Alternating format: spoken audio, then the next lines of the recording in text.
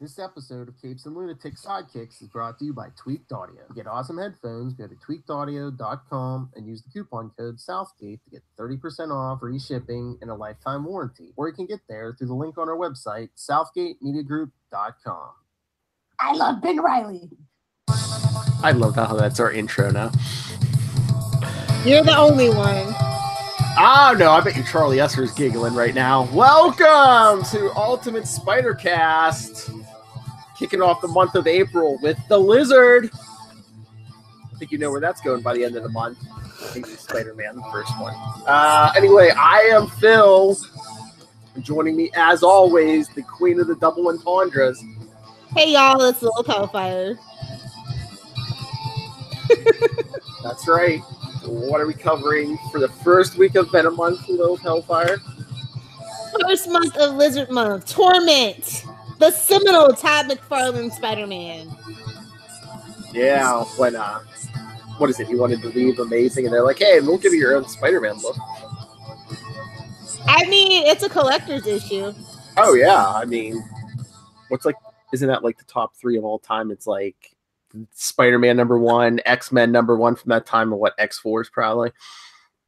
Was it X-Force? I don't know. I think X-Force was sold pretty well, but I don't know if it sold as much as Spider-Man and X-Men. Definitely not. It might be in like the top 10, but not top 3. I was gonna say maybe I'll look up. Oh God. Hold on. Just 1 second, okay? Okay. All right. So Lilith Hellfire deals with the dogs. I will look up how much. Let's see if I can find the numbers on how much Spider-Man #1 sold. Issues sold. That would probably help. Thank you, Google. I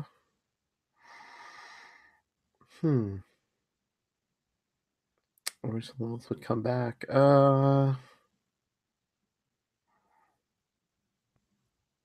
Top 10 best-selling comics of the modern era. Let's see. That's number 10. So we scroll. Oh, X-Men #1 sold 7.1 million copies from 1991. X-Force was #2 in 1992 with 5 million copies.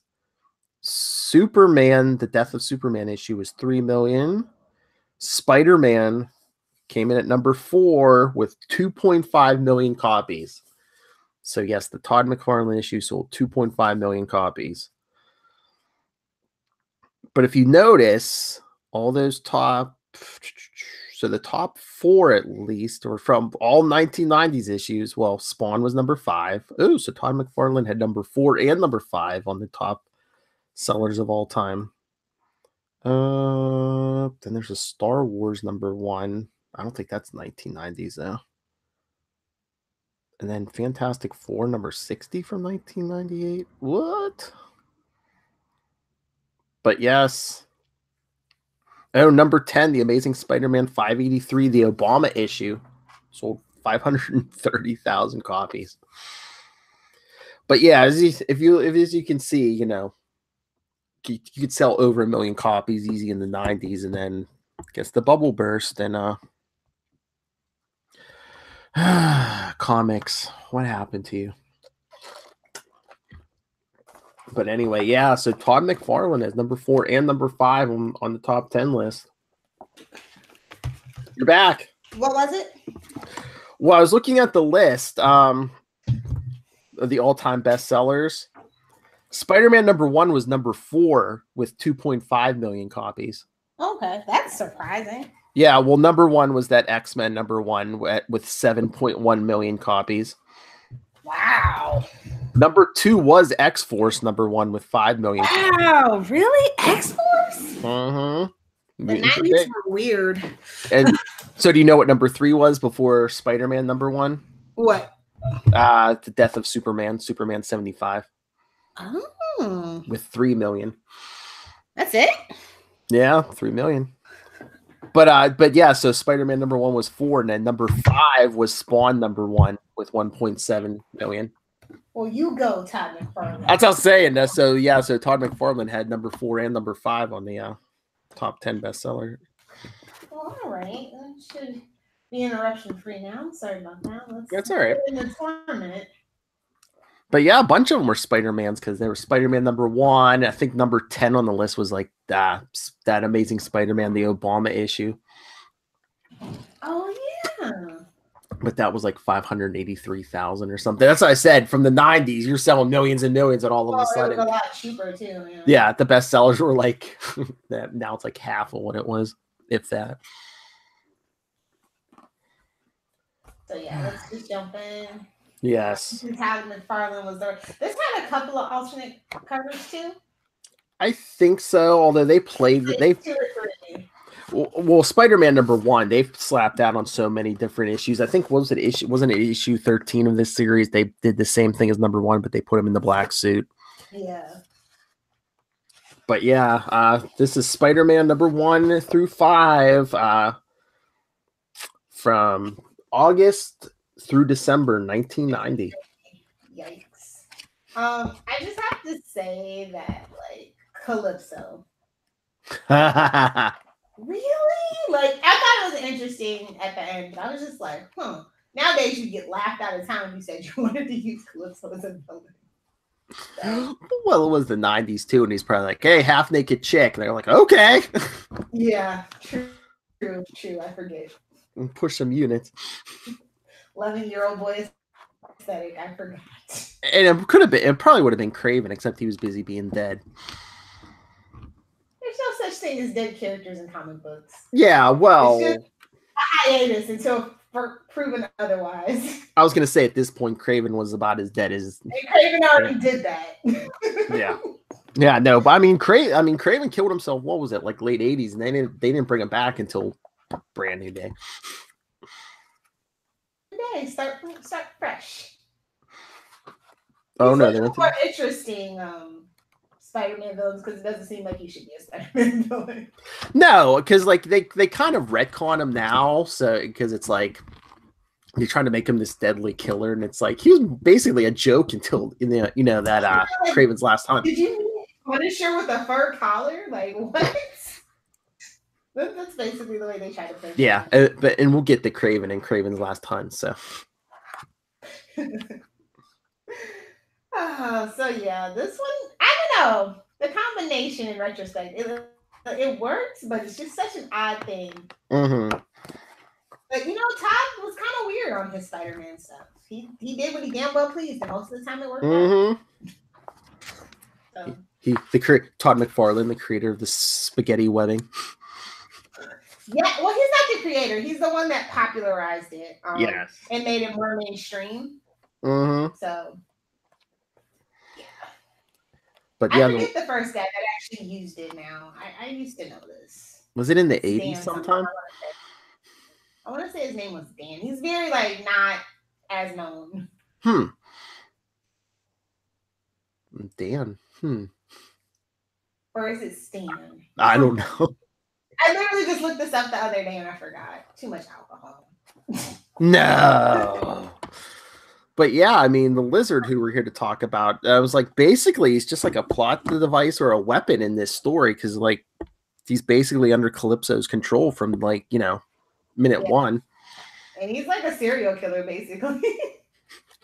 Because, like, issue 1 is basically, Peter stops a mugging and then he goes home and him and Mary Jane play tickle. And she begins to tickle her. Yeah. And poor Ralph Deal. What? Poor Ralph Deal, the guy that in the alley. Yeah, because Craven, the Lizard just starts killing people. Yeah, and first it looks like he's like killing criminals, but yeah, then he just kills some guy in an alley. Swing across to rise above it all. Oh my god, that's just like what? I like how Mary Jane's like, you getting a little high on yourself, yeah. He's like, I'm awesome. I'm just like, oh god, this kind of Peter Parker nothing can end well. Oh yeah, because he's like, why would that mugger try to think he could shoot me? He's like, I fought the Red Skull and Hulk and heck Thanos once. Yeah. It was kind of a weird setup, but it was a fun little story. I enjoy how Todd wrote the Peter and Mary Jane stuff, honestly. Not a lot of people can find that balance, so she's not a raging see you next Tuesday. So. Well, she was out dancing most of the time. Wore it right out. Crazy. Anyway, yeah, that was the first issue. Yeah, it gets better, but the art, I love this art so freaking much. Oh yeah. And his panel construction, he kind of stuck with a classic. Just nice. I hate when people try to get all willy-nilly. And like, yeah, Calypso basically uses her voodoo. Mysterious woman. What? The mysterious woman. Oh, I'm sorry. Yes, uses like voodoo to like, Spider-Man starts hallucinating. Even thinks he sees dead Kraven. Because remember, Kraven blew his head off, so there's a hallucination of Kraven missing half his head, and basically just fighting for his life against the out of control lizard. Who we get Peter thinking about the origin of the lizard, but we don't see any Kurt Connors. It's all just like animal lizard. Creature. Yeah. The lizard like could be such a good villain, but it takes a very careful hand to write, as we've seen in other iterations. Yeah. But yeah, it's just a lot of fight, and Calypso has the lizard bring him back to. Is that supposed to be Kraven's house in town? Because it looks like the house blows up, but it's like, yeah, well, the Kraven estate's still there. Although I think that's outside the city. Yeah, it's like New York Heights. Peter wasn't buried in no city. We'll get the Kravens last time. Could we ever see Kraven in a movie? We saw him on the cartoon, so why not? Yeah. I don't know if the Sonyverse still has a hold of him, though. Would yeah. It be a Kraven team up? I don't know. I mean, the MCU convinced them to let him use the Vulture. Let's be cool. Let's be honest. Nobody cared about the Vulture. I mean, we're getting freaking Mysterio in Far From Home. What's up, Jake Gyllenhaal, the other Tobey Maguire? Freaking Mysterio. Who would have never thought this day would come? I mean, we got Shocker. A terrible iteration of Shocker, but we still got him. Well, yeah, it was basically a hand-me-down identity. You're Shocker now. Which I thought was funny. It reminded me of Gotham when they did the Red Hood. You're put on the hood. It's yours now. Getting old bubblehead. It's kind of weird looking back on this story, though. Oh, yeah. God, I remember. I think was it issue 1 or issue 2? I bought at least one of these off the newsstand. I do like how Pete's like, what is going on with my head, bro? And then, like, the drum beat, I'm like, what? Yeah, so I don't know how many pages in this just say doom, doom, doom, doom. This feels like more like a Constantine book. Well, yeah, it's like voodoo going on, and the mystery lady controlling the lizard, and the lizard basically disappears. I believe I think it's the one we're doing next is like the sequel to is the next appearance of the lizard after this. So yeah.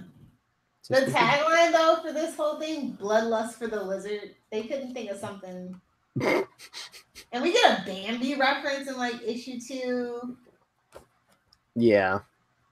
Like, okay. The Bambi that used to, like, sunbathe on the roof of Peter Parker's apartment or whatever. Oh, Candy, Randy, and Bambi, yeah. Yeah. I don't know, maybe one of Todd's favorites. I don't know. Oh, yeah. Oh, and this cover is the one that's featured in the Sega, the Amazing Spider-Man versus Kingpin game. This cover is in, like, the gallery. What, the first one? Yeah. No, issue 2. Oh, okay. Yeah. Bloodlust of the lizard. So weird. Which is your favorite issue? I think mine is probably 4. Yeah, it's probably 4 because you get a lot of drama, get a lot of action, you get like the origin of Calypso. Yeah. She basically had an affair with Craven, and then it was like, yeah, because you're wondering, like, why do you care so much about Craven? He left and I wanted more. Hey. Yeah, as you do. I guess Craven's an old Jim Gordon from Gotham, you know. Probably. The peen makes the ladies crazy. I guess. That wild animal. But yeah, of course, in issue 3, it's raining in Manhattan because what would a Spider-Man, arc be without some rain? Gotta set the mood, Lilith. I know. Makes it scarier. And Mary Jane continues to find another dance club. Hey, she's got let her hair down too, man. She's like, I hope my husband's home so I can cuddle up with him. Ew. La pasión. Nice. But I love like the 2-page of like Spider-Man's origin, just like when the burglar runs past him, he's just like I know. I like it so meta too. Like I think that's another great thing about this. Like Todd McFarlane's not afraid to be like meta and poke fun, and but like with care, and he cares about the character. Or like when he fell off the building and he landed in the trash, that's where he's elusive. Where he belongs. Well, when he wakes up, he's like, man, do I feel trashed. Where he belongs. How dare you. Ugh. But just that image of like the rotting Craven with the hole in his head. Oh no, my favorite one is where Mary Jane's upset because she got slashed by the taxi. Mary Jane is just so like mundane. I love it. My life sucks. And the evening has just begun. Mm-hmm. It's 2 a.m., but the evening is just yeah. What issue was it where they bring this story up again? I want to say it's like Amazing Fantasy 15 or something. And I'm just like, why are we bringing this up in this issue? What? Amazing Fantasy 15 somehow recollects this particular issue number 3. And I'm just like, why? It's not that interesting. Yeah, anyway. And then I can't wait to get to it. We should do the Craven. What is that start like 294 where he kills himself? Yeah. I was gonna say I was bringing up the list, but yeah, it's on the schedule for later in the year. Okay. After we get through our movie reviews. So many movies. What? Like there's so many movies. I know. I'm kind of excited for Far From Home finally. Like I don't even care about Endgame, obviously, but how dare you? I'm not here for the Avengers, the MCU Avengers. I'm just not. Oh, that's right. I did Craven's Last Hunt. I set that for the first week of October. Okay. Like Halloween set the mood. Oh no, nothing sets the mood like pumpkin bombs. What do you mean? Oh no! November. Hobgoblin's getting his own month. Okay, that's fair enough. But why part 4 is my favorite is because it's like it kind of feels like the poison is kind of running its course, and it seems like more action is happening and stuff. Mm-hmm. Because that's spider metabolism. I never really spiders creep me out, so I never bothered to dig into it anymore. I just assume Spider-Man is a spider. He does whatever a spider can. They have frequent blackouts and emo bouts and dance numbers. Yeah, exactly. I just assume that's what spiders do because he's Spider-Man and he can do whatever spider can. I don't question it. Sorry, we're having Spider-Man 3 flashbacks the last episode. Yeah. It's like, and then Mary Jane, she's just like, he's still not home. I'm like, neither are you. She's a beautiful woman in Manhattan. She can dance and party till the sun comes up. Nah, I know. Pete's only trying to stop some crime. Yeah, Peter, how dare you try to save people? I had to be out all night doing coke. I mean, what? minute, she's not Karen Page. Oh, yeah, that's right. Mary Jane just out there smoking cigarettes. Yeah, gotta keep bottle thin. That's right. Oh, but I issue 4 also because Calypso does the whole Craven and his weakness rant, and I was like, oh, this is a decent villain monologue. Mm-hmm. No, we know what Craven's weakness was. Hey-o. But he knocks over a candle. How rude. Yeah, I know, especially when it's a broken gas line. Like, how convenient. Must be pretty bad when you're like, Lizard and Calypso, or hey, blow myself up. Yeah. But no, we were saying it was for the movies, but yeah, look, Spider-Man's mask is ripped here. Damn narcissistic artists want people to see how good they can draw faces. Yeah, Todd. Meanwhile, he draws Spawn. We wish he would keep his mask on. Good bone structure. Wait a minute, wrong character. Yeah, I know. Issue 5, which is my favorite cover, I think. But I guess it was Torment. Oh yeah, mental torment, physical. Kind of, yeah.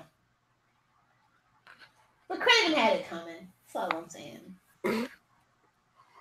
All his villains always have it coming. I wish he would just be resigned to that. Yeah. He just always feels guilty.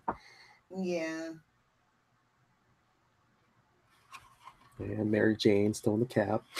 I know. Like, how? I mean, most of their damn budget must be for taxes at this point. Yeah.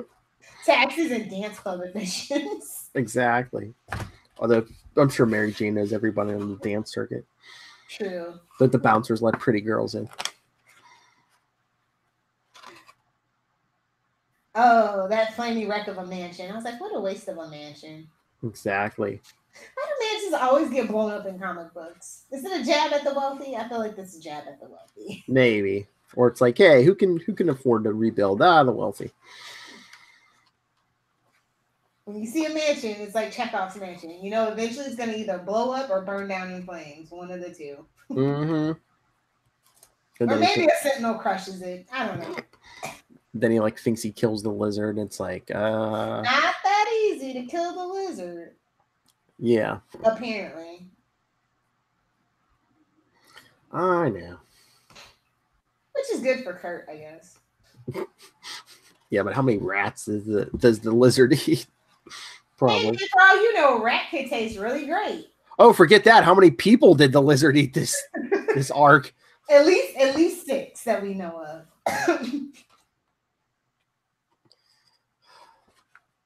Good Lord.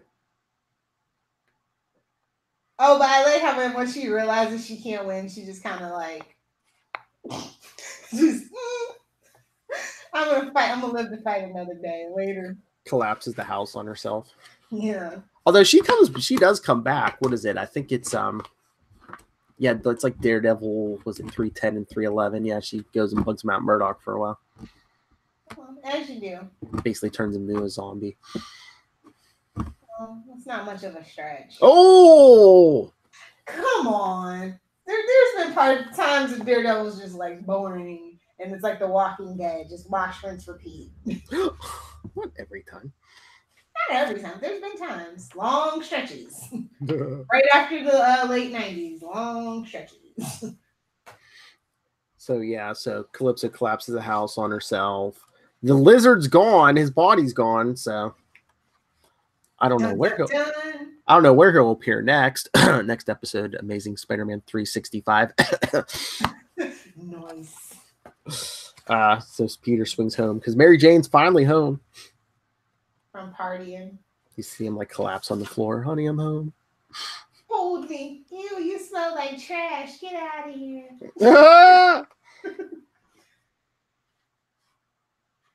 Oh no. In true horror movie fashion, we see the lizard's claw come out of the river.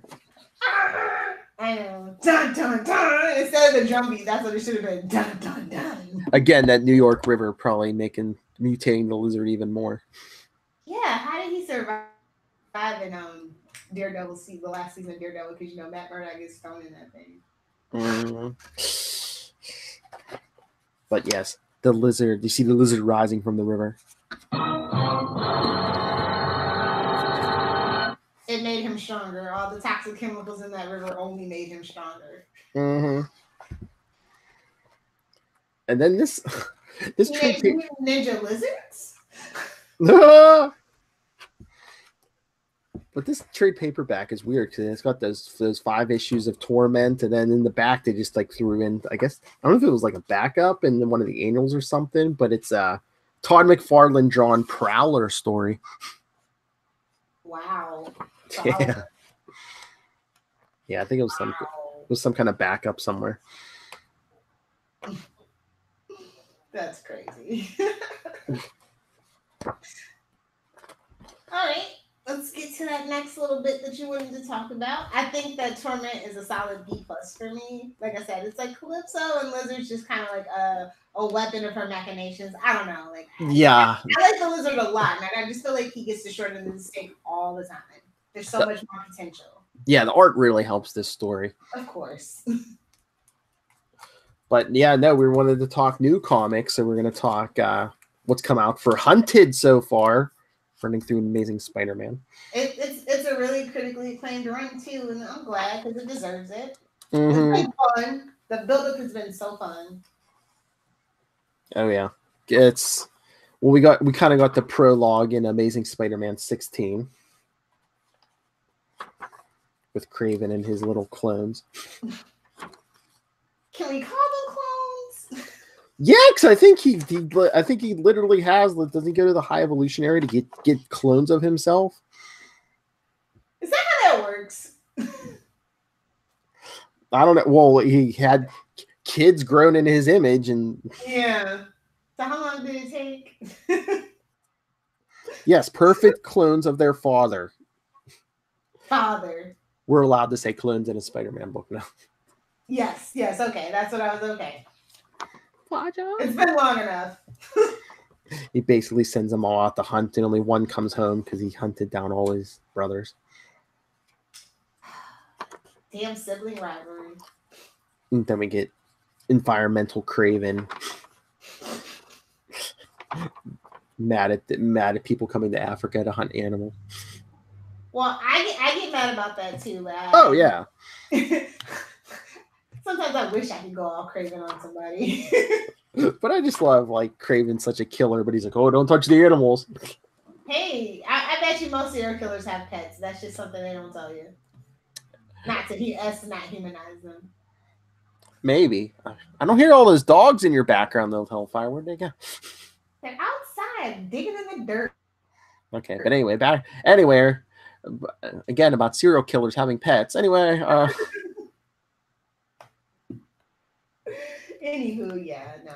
I mean, I like Kraven as a villain. I honestly, I feel like they used to kind of play him more of an anti-hero, and I like that spin more than straight up villain.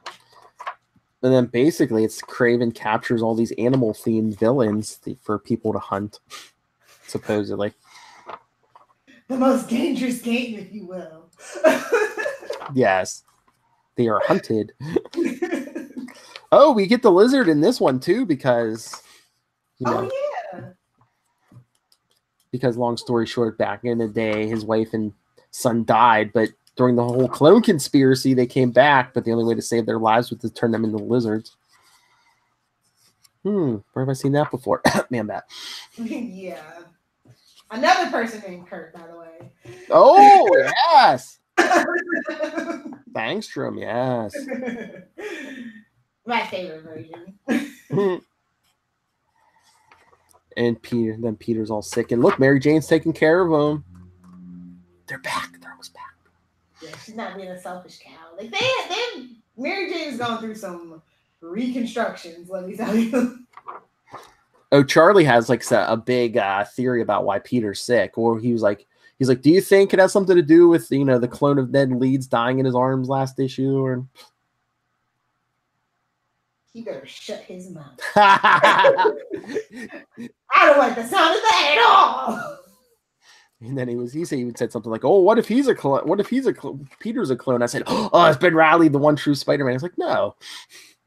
He really didn't turn to dust. It was all Peter's hallucination. It's all been a lie. There was no Ben Reilly. It was just Peter's split personality. Still a better story than Clone Such a long and unnecessary. And then after that came Spider-Man, Amazing Spider-Man 16.8U. Get it? Hunted. What did you think of the Black Cat story? I'm not a big Black Cat fan, but I liked it. I liked it that they tried to explain why she was like all of a sudden acting evil again, like the last year or two. Yeah, they tried. A damn mind wipe. Everybody's suffering from mind wipes lately. Damn you, Mephisto. Even Supergirl's doing it. Scroll down. At least Pete's mind wipe only affected his ex-girlfriend, not his sister. That's right, I said it.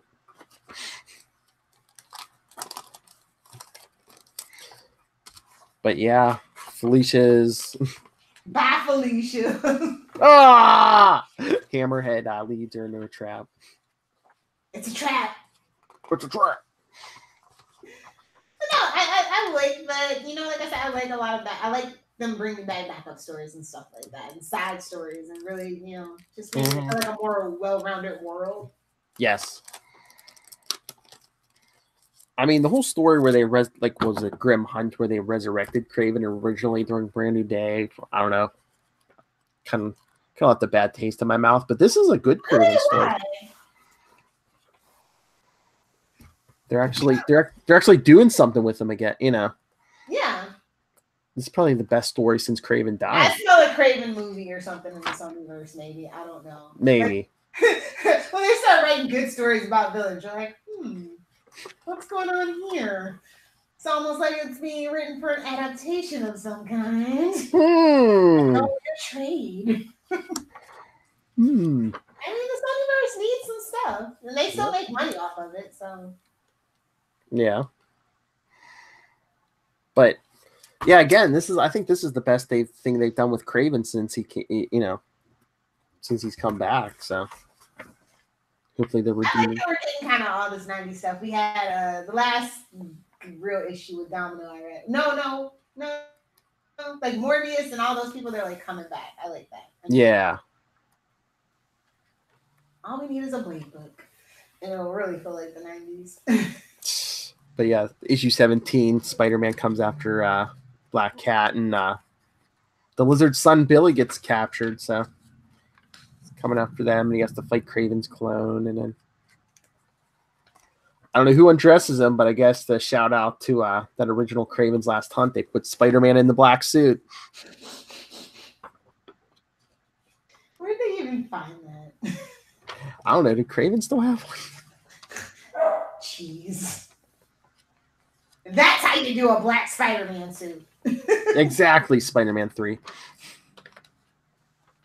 Like, but who undressed him? People love to get Peter naked, apparently. Remember we had this talk about Norman? So, he's a very young, svelte man, you know?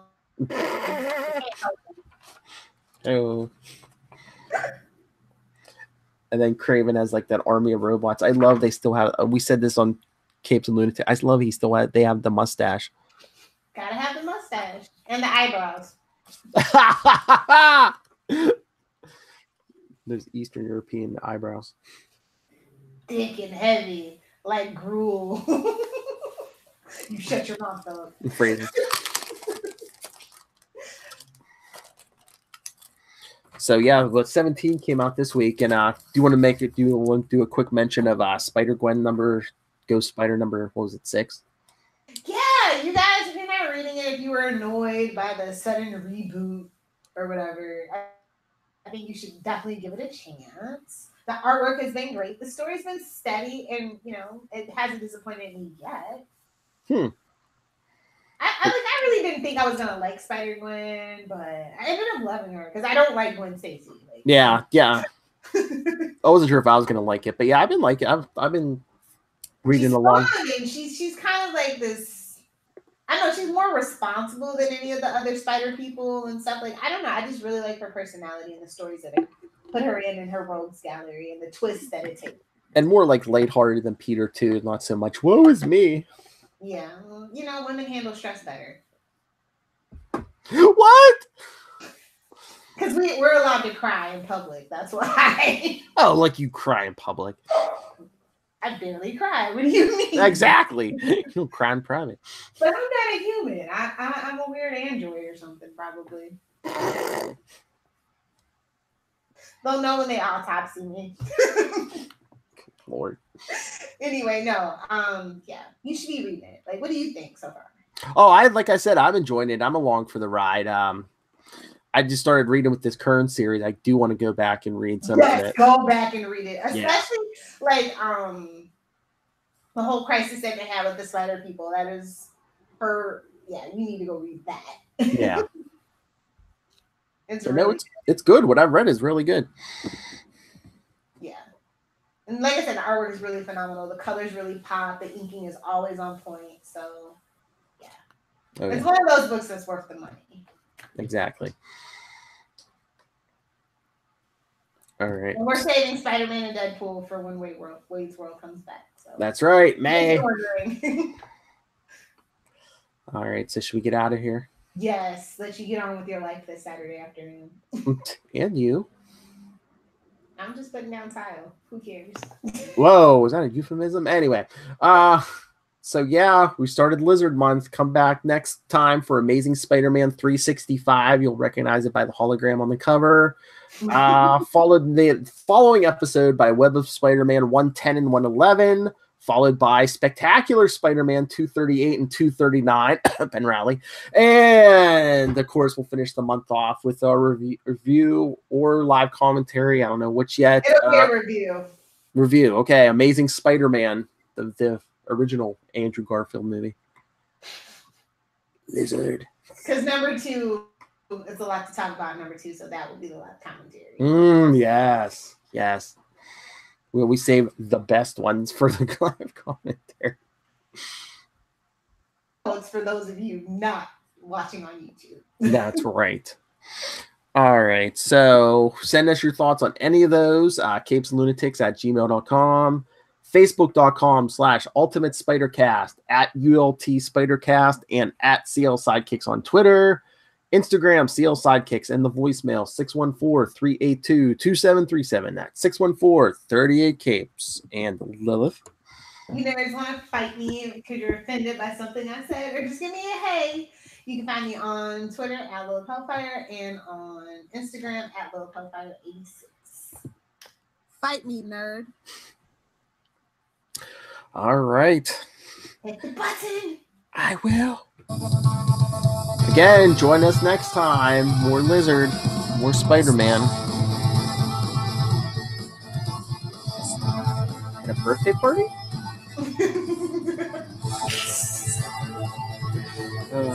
Bring the cake, bring the balloons. It's going to be a thing. Be sure to put the webbing on with a Sharpie, though.